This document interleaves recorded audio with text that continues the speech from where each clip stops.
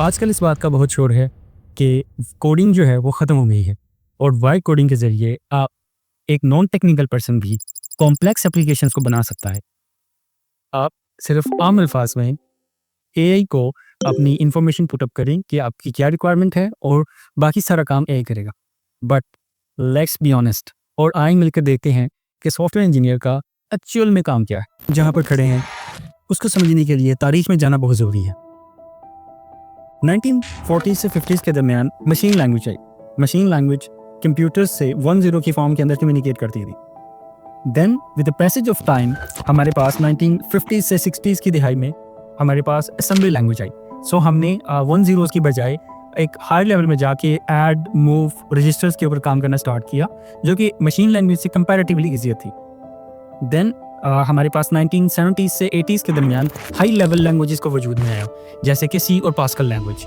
सो एक प्रोग्रामर को, एक डेवलपर को एक आसानी दी गई कि वो हार्डवेयर लेवल से 1 स्टेप हायर आके हाई लेवल लैंग्वेजेस के अंदर कोड करे और वो देन कंपाइलर्स उसको कन्वर्ट करें हार्डवेयर लेवल में, ताकि कंप्यूटर्स को इंस्ट्रक्शंस मिले। 1990s से 2000 के दरमियान हमारे पास object oriented programming and frameworks आए, जिससे एक इंजीनियर की जो लाइफ है वो मज़ीद आसान हुई। उसको ज़्यादा कंट्रोल्स मिले, फ्रेमवर्क्स मिले, जिसके ज़रिए वो ऑब्जेक्ट्स को यूज़ करके एफिशिएंटली अपना कोड करें एंड कंप्यूटर को इंस्ट्रक्शंस पास ऑन करें। देन 2010s की जो टाइम्स के अंदर हमारे पास लो कोड की तरफ हम लोग मूव ऑन हुए एंड इवेंचुअली 2020s के अंदर हम जनरेटिव एआई के अंदर आए। अब जो कि जनरेटिव एआई है उसके अंदर हम जो है अपनी आसान लैंग्वेज में, फॉर एग्जांपल इंग्लिश में हम इंस्ट्रक्शंस देते हैं एंड वो हमें कोड जनरेट करके देता है।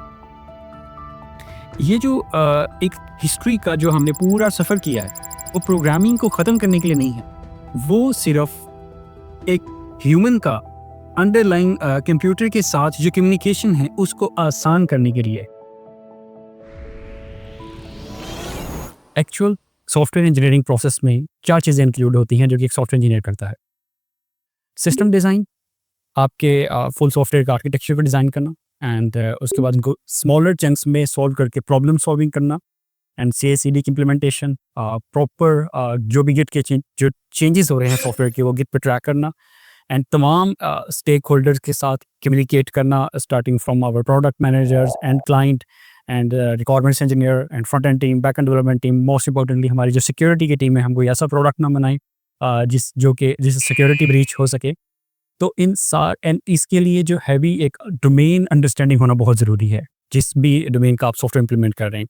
तो इस सब के लिए जो वाइब कोडिंग है वो फिजिबल नहीं है, इसके लिए एक strong knowledge and domain understanding चाहिए। सो द क्वेश्चन कम्स कि क्या हम वाइब कोडिंग के थ्रू एक कॉम्प्लेक्स सिस्टम्स को बिल्ड कर सकते हैं? सो लेट्स लुक इनटू कि कॉम्प्लेक्स सिस्टम्स में क्या चीज़ इंपॉर्टेंट होती है।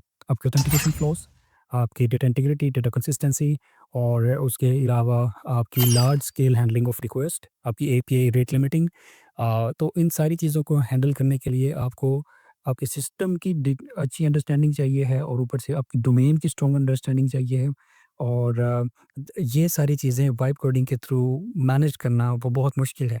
तो आप वाइब कोडिंग से इजी सिस्टम्स बना सकते हैं, बट अगर आप कॉम्प्लेक्स सिस्टम्स बनाएंगे जिनको लार्ज स्केल में स्केलेबिलिटी चाहिए है, तो ऐसी चीज़ें इससे फिजिबल नहीं हो पाएंगी। सो देखते हैं कि वाइब कोडिंग किन सिनेरियोज के अंदर और किन के लिए फायदेमंद साबित होगी।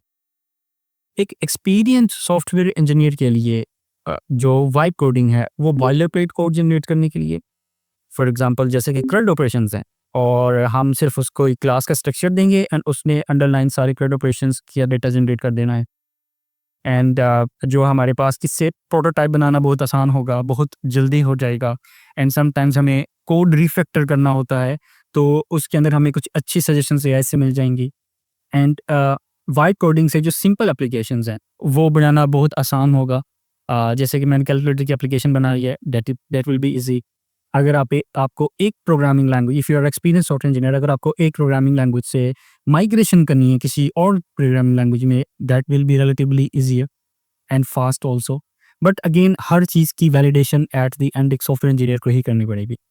सो it's an enhancement and helpful tool to the software engineers, not the replacement। हर तब्दीली में हमने एब्स्ट्रैक्शन के ऊंचे दर्जे देखे हैं, लेकिन अंडरलाइन बुनियादी असूल हमेशा सेम रहते हैं। कोड करने का पैटर्न बदल सकता है। इंस्टेड ऑफ हमें हार्ड कोड जो सिंटैक्स फॉलो करने के बजाय हम English language instructions pass on करें एंड वो उसको हार्ड कोड सिंटैक्स जनरेट करते।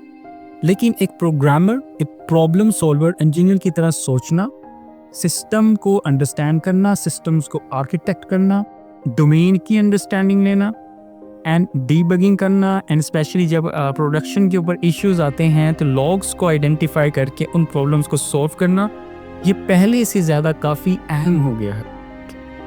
तो अगर आप एक सॉफ्टवेयर इंजीनियर बनने के लिए एक सॉफ्टवेयर इंजीनियर बनना चाहते हैं तो सिर्फ वाइब कोडिंग पर भरोसा ना करें, आर्टिफिशियल इंटेलिजेंस से जनरेटेड कोड पे भरोसा ना करें, हुनर सीखें, बी अ प्रॉब्लम सॉल्वर।